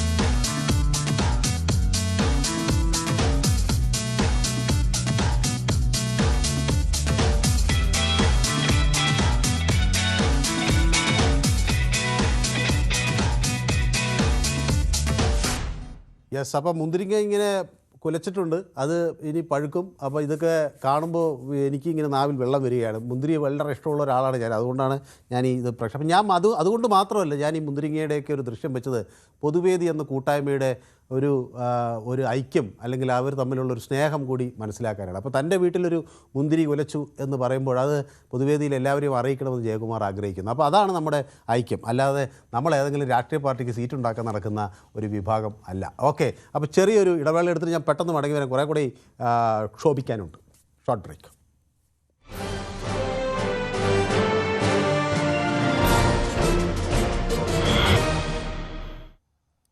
യെസ്, പൊതുവേദി തുടരുകയാണ്. അപ്പോൾ നമ്മുടെ ബ്ലൈറ്റി ഡേയ്സ് ലണ്ടനിൽ ഇരുന്ന് പൊതുവേദി കാണുന്നു എന്നാണ് ഞാൻ മനസ്സിലാക്കുന്നത്. നമുക്കൊപ്പം ചേർന്നിട്ടുണ്ട് എന്നറിഞ്ഞിട്ട് ഞാൻ മെസ്സേജൊക്കെ എനിക്ക് അയക്കുന്നുണ്ട്. നമസ്കാരം മനു എന്ന് പറയുന്നുണ്ട്. പൊതുവേദി പോലെ നിഷ്പക്ഷവും ജനപ്രിയവുമായ ഒരു പരിപാടി കുറവാണ്, ഉള്ള പരിപാടികൾ കുറവാണ്. പിന്നെ ന്യൂസ് 18 ഉടമകൾക്ക് എന്ത് അനുഭവം ഉണ്ടായാലും അത് ഒക്കെ പുതിയ അറിവുകളാണ് എന്ന് പറയുന്നു. ഓക്കെ, അപ്പോൾ GK പിള്ള പറയുന്നത് വാർത്താ സമ്മേളനം നടത്തി, പ്രധാനമന്ത്രി വാർത്താ സമ്മേളനം നടത്താത്തതിനെ കുറിച്ച് ചോദിച്ചല്ലോ. അപ്പോൾ അതിന് അദ്ദേഹത്തിൻ്റെ ഒരു പ്രതികരണം, വാർത്താ സമ്മേളനം നടത്താനായിട്ട് എന്താണ് കാര്യം? പിണറായി വിജയൻ വാർത്താ സമ്മേളനം നടത്തിയിട്ട് ചില മാധ്യമപ്രവർത്തകർ പിണറായി ആവശ്യപ്പെടുന്ന ചോദ്യങ്ങൾ മാത്രമാണ് ചോദിക്കുന്നത് എന്ന് പറയുന്നു. അപ്പോൾ ബ്ലൈറ്റി ഡേയ്സ് അവിടെ നിന്ന് നമുക്കൊപ്പം ചേർന്നിട്ടുണ്ട്. GK പിള്ളൈ നമുക്കൊപ്പം ഉണ്ട്, ശക്തിമാൻ ഉണ്ട്. അപ്പോൾ SIT കുറേ പേരെ കൂടെ അറസ്റ്റ് ചെയ്യണമെന്നൊക്കെ ശക്തിമാൻ ഇതിലൂടെ ഘോര ആവശ്യപ്പെടുന്നുണ്ട്. അപ്പോൾ നമ്മൾ തെളിവുകളൊക്കെ പിടിക്കട്ടെ ശക്തിമാൻ, അത് കോടതി നിരീക്ഷിക്കുന്നുണ്ടെന്നുകൊണ്ടാണ് ഞാനും വലിയ ഒരു ആത്മവിശ്വാസത്തിൽ നിൽക്കുന്നത്. തദ്ദേശ തിരഞ്ഞെടുപ്പിൽ അറിയപ്പെടുന്നവർ വേണം സ്ഥാനാർത്ഥിയാക്കാൻ, ജനറൽ വാർഡിൽ വനിതകൾക്കും മത്സരിക്കാം. നമ്മുടെ ഇവരെക്കുറിച്ച് പറഞ്ഞാണ്. അത് മത്സരിക്കാം, പക്ഷേ ഒരുപക്ഷെ അത് ഇപ്പോൾ ഞാൻ എൻ്റെ വീട് ആ സ്ഥലം അങ്ങനെ തന്നെ ഒരു രാഷ്ട്രീയ നേതാവിന് നിൽക്കണ്ടല്ലോ. അപ്പോൾ അവർക്ക് കുറച്ചും കൂടി മറ്റൊരു വാർഡിൽ പോയി ജനങ്ങളുമായി ഇടപഴകാനും ഒക്കെ അവസരം കൊടുത്തതാകാം കേട്ടോ. അതുകൊണ്ട് സ്വന്തം വാർഡിൽ തന്നെ മത്സരിക്കണമെന്ന് നമുക്ക് വാശി പിടിക്കാൻ പറ്റില്ല. പല MLA മാരും ഒക്കെ മാറിയല്ലേ മത്സരിക്കുന്നത്. അപ്പോൾ ഇവർ അറിയപ്പെടുന്നൊരു പ്രവർത്തകയാണ് അപ്പോൾ സെബീൻ, അതുകൊണ്ട് എനിക്ക് അവരെ അറിയാം, അതുകൊണ്ടാണ് ഞാൻ പറഞ്ഞത്. ഓക്കെ, ഏതായാലും ഇപ്പോൾ ഗ്ലാഡിയേറ്റർ പറയുന്ന ഭൂരിപക്ഷ ജനവിഭാഗങ്ങൾ BJPക്ക് വോട്ട് ചെയ്യുന്നുണ്ട്, അതുകൊണ്ടൊരു ചെറിയ പ്രതീക്ഷയുണ്ട്. അപ്പോൾ ഏതായാലും അങ്ങനെ അപ്പോൾ റെജീന ഏതായാലും തെരഞ്ഞെടുപ്പിൽ മത്സരിച്ചു. അവരുടെ വാർഡിൽ അല്ല, പക്ഷേ അവരുടെ വാർഡ് ജനറൽ വാർഡായിരുന്നുകൊണ്ട് അപ്പുറത്തേക്ക് മാറി മത്സരിച്ചു. അതൊക്കെ ആ തെരഞ്ഞെടുപ്പിൽ ഒരു ചില അങ്ങോട്ടും ഇങ്ങോട്ടുമുള്ള നീക്കുപോക്കുകൾ വേണ്ടി വരുമല്ലോ. അപ്പോൾ നമുക്ക് സ്ഥാനാർത്ഥികൾ നന്നായി ജോലി ചെയ്യുന്ന ഒരാൾക്ക് ഒരു തെരഞ്ഞെടുപ്പിൽ മത്സരിക്കുമ്പോൾ ഒരു അവസരം കിട്ടുന്നു, മാത്രമല്ല അതൊരു അനുഭവമാകുന്നു. അടുത്ത തെരഞ്ഞെടുപ്പിൽ കുറച്ചും കൂടി ജയിക്കുന്ന ഒരു സീറ്റ് കൊടുക്കാം, അങ്ങനെയൊക്കെ അങ്ങ് വിചാരിച്ചിട്ടുണ്ടാവും. ഞാൻ അതിനെയൊന്നും കുറ്റം പറയുന്നില്ല. ഓക്കെ, KP രവീന്ദ്രൻ എന്നോടൊപ്പം ചേരുന്നു കൊല്ലത്തു നിന്നാണ്. ശ്രീ രവീന്ദ്രൻ. അതെ സാർ. രവീന്ദ്രൻ്റെ കൊല്ലം ടൗൺ തന്നെയാണോ മണ്ഡലം? ടൗണിൽ നിന്ന് ക്ലീനിലൂടെ. അത് ശരി. ഈ മറ്റേ ഇലക്ഷൻ വർക്കിലൊക്കെ ഫീൽഡിൽ വർക്ക് ചെയ്യുന്ന ആളാണ്. ആണോ? ജനങ്ങളെ പൾസൊക്കെ മാറി സാർ, യുവമാരൊന്നും പറയുന്നതൊന്നും അല്ല. ആണോ? പിന്നെ നിങ്ങൾ നോക്കിയോ, അടുത്ത അസംബ്ലി ഇലക്ഷൻ ആരാ ഭരിക്കാൻ പോകുന്നതെന്ന് നോക്കി. ആണോ? എല്ലാവരും യുവമാര് പറഞ്ഞു പറ്റിക്കുക, നിങ്ങളെ മൂക്ക് കണ്ടിക്കും കഴുത്ത് കണ്ടിക്കും BJP വന്നാലെന്നൊക്കെ പറഞ്ഞ് പറ്റിച്ച് അവരെ കൂടെ നിർത്താൻ വേണ്ടി കള്ളം പറഞ്ഞ് പ്രചരിപ്പിക്കുക. പത്രസമ്മേളനമൊക്കെ നടത്തുന്ന ഈ കള്ളം പറയാൻ വേണ്ടി മാത്രമാണ്, അല്ലാതെ നല്ലതുമല്ലേ ഇവരാരെയും പറയുന്നുണ്ട്. ശരി, വ്യക്തമാണ് താങ്കളുടെ അഭിപ്രായം. അപ്പോൾ ശ്രീ ജോസഫ് ബാംഗ്ലൂരിൽ നിന്ന് എന്നോടൊപ്പം ചേരുന്നു. Joseph, mister Joseph, nice to hear from you. Good evening. നമ്മുടെ പൊതുവേദിയുടെ ഒരു സ്ഥിരം പ്രേക്ഷകനാണ്. ബാംഗ്ലൂരിലെ മലയാളികളൊക്കെ ഈ രാഷ്ട്രീയ സാഹചര്യമൊക്കെ ചൂടേറി ചർച്ചകൾക്ക് വിധേയമാക്കുന്നുണ്ടോ Shri Joseph? Good evening Manu. First ഒരു എൽഡർ ബ്രദർ എന്നുള്ള ഒരു അഡ്വൈസ്, അത്ര അങ്ങോട്ട് ഇമോഷണൽ ആകണം. ഞാൻ പച്ചയായ മനുഷ്യനാണ്. അപ്പോൾ എനിക്ക് മറ്റുള്ളവരെ പോലെ ദേഷ്യം വരും. എൻ്റെ ഒരു ഇതെന്താണെന്ന് വെച്ചാൽ, ഞാൻ വളരെ വർഷങ്ങളായി പ്രിൻറ്റിലും ടെലിവിഷനിലും ഒക്കെ ജോലി ചെയ്യുന്ന ഒരാളാണ്. പക്ഷേ എപ്പോഴും ഈ ക്യാമറയ്ക്ക് മുന്നിൽ നിൽക്കുമ്പോൾ ഞാനിത് ക്യാമറയായിട്ട് കാണുന്നില്ല. ഇതിനപ്പുറത്ത് ശ്രീ ജോസഫിനാണെങ്കിൽ അദ്ദേഹം അല്ലെങ്കിൽ മറ്റാരെങ്കിലും അങ്ങനെ അവർ നിൽക്കുന്നതും അതുമായിട്ട് സംസാരിക്കുന്ന പോലൊരു ഫീലിംഗാണ് ഉണ്ടാകുന്നത്. അപ്പോൾ ദേഷ്യം വരുമ്പോൾ ദേഷ്യം വരികയും സങ്കടം വരുമ്പോൾ സങ്കടപ്പെടുകയും സന്തോഷിക്കുമ്പോൾ ഞാൻ ചിരിക്കുന്നത് കണ്ടിട്ട് ചിലപ്പോൾ എൻ്റെ വീട്ടിലെ ആളുകളൊക്കെ പറയാറുണ്ട്, ഈ ക്യാമറയ്ക്ക് മുന്നിൽ ഇങ്ങനെ പൊട്ടിച്ചിരിക്കണമെന്നൊക്കെ. പക്ഷേ അത് ചിലതൊക്കെ ഇങ്ങനെ അനിയന്ത്രിതമാണ്. അത് എനിക്ക് തോന്നുന്നത് കുറേയൊക്കെ നിയന്ത്രിക്കണം അല്ലേ? നിയന്ത്രിക്കല്ല, ആരോഗ്യത്തിന് ഹാനിയാകരുതെന്ന് ഞാൻ പറഞ്ഞോളൂ. ശരി. ഇമോഷൻസ് എക്സിബിറ്റഡ്, പാത്തു വെക്കാനുള്ള സാധനമല്ല ഇമോഷൻ. പക്ഷേ എനിക്കെന്താണെന്ന് വെച്ചാൽ, എനിക്കിപ്പോൾ ഈ ശ്രീ ക്രിസ്റ്റഫറിനോട് യാതൊരു വ്യക്തിപരമായ വിദ്വേഷവും ഇല്ല. ഇങ്ങനെ പലരുമായിട്ട് ഞാൻ വഴക്കൂടിയിട്ടുണ്ട്. പിന്നെ അവരൊക്കെ എൻ്റെ വലിയ സുഹൃത്തുക്കളായി മാറിയിട്ടുണ്ട്. ഇപ്പോൾ ഒരു ഉദാഹരണം പറയുകയാണെങ്കിൽ, നമ്മുടെ കാടാമ്പുഴയിലൊരു അഹമ്മദ് ബാവയുണ്ട്. ഇദ്ദേഹം ലീഗ് പ്രവർത്തകനോ മറ്റുമാണ്. അപ്പോൾ അദ്ദേഹം എന്നോട് ഒരു ദിവസം ഭയങ്കര വഴക്കായിരുന്നു. ഇപ്പം ഞങ്ങൾ ഭയങ്കര സുഹൃത്തുക്കളാണ്. അപ്പം എനിക്ക് തോന്നുന്നു നാളെ ഞാനും ക്രിസ്റ്റഫറും ഭയങ്കര സുഹൃത്തുക്കളായി മാറുമെന്നാണ് എനിക്ക് തോന്നുന്നത്. അങ്ങനെ ആകട്ടെ. എനിക്ക് ക്രിസ്റ്റഫറിനോട് പറയാനുള്ളത്, ഈ കൈരളി എന്ന് പറയുന്ന ഒരു ചാനലും അതിന്റെ അഡ്മിനിസ്ട്രേഷനെ പറ്റി അദ്ദേഹത്തിന് അറിയാൻ പറ്റുമെന്ന് എനിക്ക് തോന്നുന്നു. അറിയാമായിരുന്നെങ്കിൽ അദ്ദേഹം ഇങ്ങനെ ഒരു സംഭാഷണം കൊണ്ടുവരത്തേയില്ലായിരുന്നു. അത് ഞാൻ മറ്റൊരു ഇതിനെ കുറിച്ച് പറയുന്നില്ല. പോട്ടെ. തീർച്ചയായിട്ടും ഞങ്ങൾ വ്യൂവേഴ്സ് ആണല്ലോ, ഞങ്ങൾക്ക് പറയാമല്ലോ. ഇത് പിണറായി വിജയന്റെ അജണ്ട പരസ്യപ്പെടുത്തുന്ന ഒരു സ്ഥാപനമാണ് കൈരളി ചാനല്. അപ്പൊ അത് അദ്ദേഹം അറിയത്തില്ലെന്ന് തോന്നി. ഈ മറ്റാളെ കുറ്റപ്പെടുത്തുമ്പോൾ അദ്ദേഹം അത് മനസ്സിലാക്കണം. ശരി. ഹലോ. അപ്പൊ നമ്മൾ വിഷയത്തിലേക്ക് വരുമ്പോൾ ശ്രീ ജോസഫ്, ഈ രാഷ്ട്രീയ സാഹചര്യങ്ങളിൽ അതിന്റെ രസതന്ത്രത്തിൽ മാറ്റം ഉണ്ടാകുന്നുണ്ടോ കേരളത്തിൽ? തീർച്ചയായിട്ടും ചെറിയ തോതിലുള്ള വളർച്ചയ്ക്ക് സാധ്യത കാണുന്നുണ്ട്. കേരളത്തില് വേറെ ഹിന്ദുത്വ കൊണ്ടുപോകാനോ അടിച്ചേൽപ്പിക്കുന്നതിന്റെ ചില ആൾക്കാരെങ്കിലും അതിന് വിക്ടംസായി മാറി വോട്ട് ചെയ്തേക്കാനുള്ള സാധ്യതയുണ്ട്. തള്ളിക്കളയാൻ പറ്റത്തില്ല. അതൊന്ന്. പിന്നെ നമ്മൾ മനസ്സിലാക്കുന്ന വെച്ചാൽ, ഇന്ന് മനുവിന് അറിയാവുന്നതിലൊക്കെ മാധ്യമപ്രവർത്തകർ $95 ബ്രന്റ് ക്രൂഡിനുണ്ടായിരുന്ന സ്ഥാനത്ത് ഇന്നത്തെ പ്രൈസ് $63. എന്നിട്ടും നമ്മൾ ഈ $105 പെട്രോളിന് കൊടുക്കുക. അപ്പം ഇത് ഹൈലൈറ്റ് ചെയ്തിട്ട് ഈ BJPയെ കൗണ്ടർ ചെയ്യാനായിട്ട് ഇവിടുത്തെ ഭരണ രാഷ്ട്രീയക്കാർ തയ്യാറാകുന്നില്ല. ഇവര് അതിന്റെ അന്തർധാര ഉണ്ടോ എന്ന് ഞാൻ ബലമായി സംശയിക്കുകയാണ്. ഇടതുപക്ഷമായാലും വലതുപക്ഷമായാലും ജനങ്ങളാണ് കൊള്ളയടിക്കുന്നത്. ആദ്യത്തെ ഒരു തെരഞ്ഞെടുപ്പ് കഴിഞ്ഞപ്പോൾ പിന്നെ ഒരു വലിയ ചർച്ചാ വിഷയം അല്ലാതായി മാറിയല്ലേ? അതെ, തീർച്ചയായിട്ടും. ഞാൻ പറയാണ്, ഇന്ന് നമുക്ക് ഇവര് പറയുന്ന റേറ്റ് $95 എന്നുള്ള ഒരു ബെഞ്ച് മാർക്ക് വെച്ചാണ് ഈ $105 പെട്രോൾ അന്ന് നമ്മൾ കൊടുത്തോണ്ടിരുന്നത് കഴിഞ്ഞ ഒരു 3 കൊല്ലമായിട്ട്. ഇന്ന് 63 വരുമ്പോൾ തീർച്ചയായിട്ടും പെട്രോളിന്റെയും ഡീസലിന്റെയും വില 30% കുറയേണ്ടതാണ്. പാവങ്ങളെ ചൂഷണം ചെയ്യാൻ ഇന്നത്തെ കാലത്ത് ഒരു ചെറിയ 2 വീലർ പോലും ഇല്ലാത്ത ഒരു മനുഷ്യരുണ്ടോ? അവരുടെ ജോലി സ്ഥലത്തിലേക്ക് പോകാനൊക്കെ ആയിട്ട്. അപ്പം ഇവരെ കൊള്ളയടിക്കുകയാണ്, എല്ലാ ദിവസവും കൊള്ളയടിക്കുകയാണ് BJP ഗവൺമെന്റ്. ഇത് ജനങ്ങൾക്ക് മനസ്സിലാക്കി കൊടുക്കണം എന്നാണ് എനിക്ക് പറയാനുള്ളത്. ഓക്കെ, അപ്പോൾ നമ്മുടെ സമയം അതിക്രമിച്ചതുകൊണ്ടാണ് അപ്പോൾ ഞാൻ ഇടപെടുന്നത്. നമുക്ക് ഇത് തീരാറായി. അതായത് എനിക്ക് ഒപ്പം നിന്നതിലൊക്കെ വളരെയധികം സന്തോഷം. Thank you so much for joining from Bangalore. അപ്പോൾ മിനീസ് ടീച്ചർ എന്നോട് എനിക്കിങ്ങനെ കൈയൊക്കെ കാണിക്കുന്നുണ്ട്. ഓക്കെ, കലക്കി എന്നുള്ള അർത്ഥത്തിൽ. പാപ്പു എന്ന് പറയുന്നു, hi Manu, how are you എന്ന് എന്നോട് പാപ്പു 420 ചോദിക്കുന്നു. Pappu, I am doing well. Pappu നല്ല സന്തോഷത്തോടെ ഇരിക്കുന്നു എന്നാണ് ഞാൻ വിചാരിക്കുന്നത്. അപ്പോൾ സുനിൽ കുമാറിന് മുന്തിരിങ്ങ വേണമെന്നാണ് പറയുന്നത്. അപ്പോൾ ശ്രീ ജയകുമാർ അദ്ദേഹത്തിൻ്റെ അഡ്രസ്സ് തന്നാൽ കുറച്ച് മുന്തിരിങ്ങ അയച്ചു കൊടുക്കുമെന്നാണ് ഞാൻ വിചാരിക്കുന്നത്. അപ്പോൾ ജയകുമാർ ഈ മുന്തിരിങ്ങ ഇട്ടപ്പോൾ തന്നെ ഞാൻ വിചാരിച്ചു ഇത് പല ആളുകളും ചോദിക്കുമെന്ന്. എനിക്ക് മുന്തിരിങ്ങ കഴിച്ചുകൂടെന്നാണ് ഞാൻ വിചാരിക്കുന്നത്. അപ്പോൾ കഴിക്കുകയാണെങ്കിൽ ഞാനും ചോദിക്കാം. ഓക്കെ, അപ്പോൾ ലാസ്റ്റ് ഒരു പ്രേക്ഷകരെ കൂടി ഞാൻ എടുത്ത് പെട്ടെന്ന് ഞാൻ നിർത്തുകയാണ്. മോണിച്ചൻ, ലാസ്റ്റ് അങ്ങ് ഒരു വരിയിലൊന്ന് ഒതുക്കണം കേട്ടോ, നമ്മുടെ സമയം അതിക്രമിച്ചു പോയതാണ്. ശ്രീ മോനിച്ചൻ. ഓക്കെ, എന്തോ എനിക്ക് തോന്നുന്നത് ഇതിൻ്റെ ടെലിഫോൺ ലൈനിൽ എന്തോ പ്രോബ്ലം പറ്റി. ഏതായാലും കുഴപ്പമില്ല. അപ്പോൾ ഞാൻ ഈ വിഷയം യൂട്യൂബിലും പ്രേക്ഷകർക്ക് മുന്നിൽ ചർച്ച ചെയ്തു.